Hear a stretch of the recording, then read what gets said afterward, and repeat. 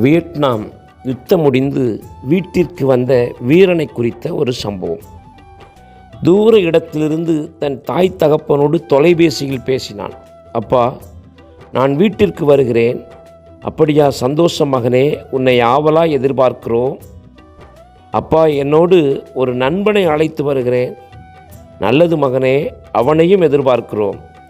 அப்பா, அவன் யுத்தத்தில் ஒரு காலையும் கையையும் இழந்து விட்டான். அவனுக்கு வேறு யாரும் இல்லை.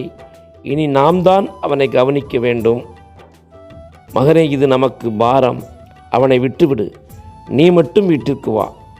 இந்த வார்த்தையை கேட்டதும் ஃபோனை வைத்து விட்டான். சில நாட்கள் கழித்து பெற்றோருக்கு தகவல் வந்தது, உங்கள் மகன் தற்கொலை செய்து மரித்து விட்டான் என்று.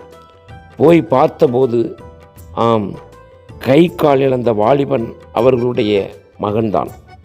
அன்பானவர்களே, நம் தேவனை குறித்து வேதம் சொல்லுகிறது, குற்றூராய் நாம் கிடந்தபோது நமக்கு காயம் கட்டி திராட்சரசமும் எண்ணெயும் வார்த்து கழுதையின் மேல் ஏற்றிக்கொண்டு போய் சத்திரத்தில் சேர்த்து பராமரிக்கிறவர். ஏன் அநேகர் மனம் உடைந்து போகிறார்கள்?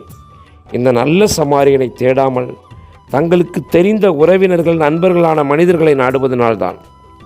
லூக்கா 16ஆம் அதிகாரத்தில் கெட்டுப்போன இளைய குமாரனை எல்லா நண்பர்களும் கைவிட்டார்கள்.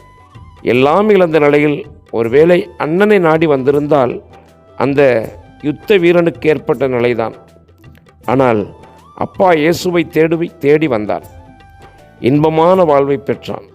நம் ஆண்டவர் மட்டுமே வருத்தப்பட்டு பாரம் சுமக்கிறவர்களே என்னிடம் வாருங்கள் என்று சொன்னவர்.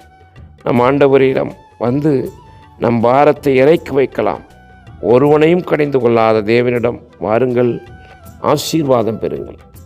சங்கீதம் 27:10 வாசிக்கிறோம், என் தகப்பனும் என் தாயும் என்னை கைவிட்டாலும் கர்த்தர் என்னை சேர்த்து கொள்வார்.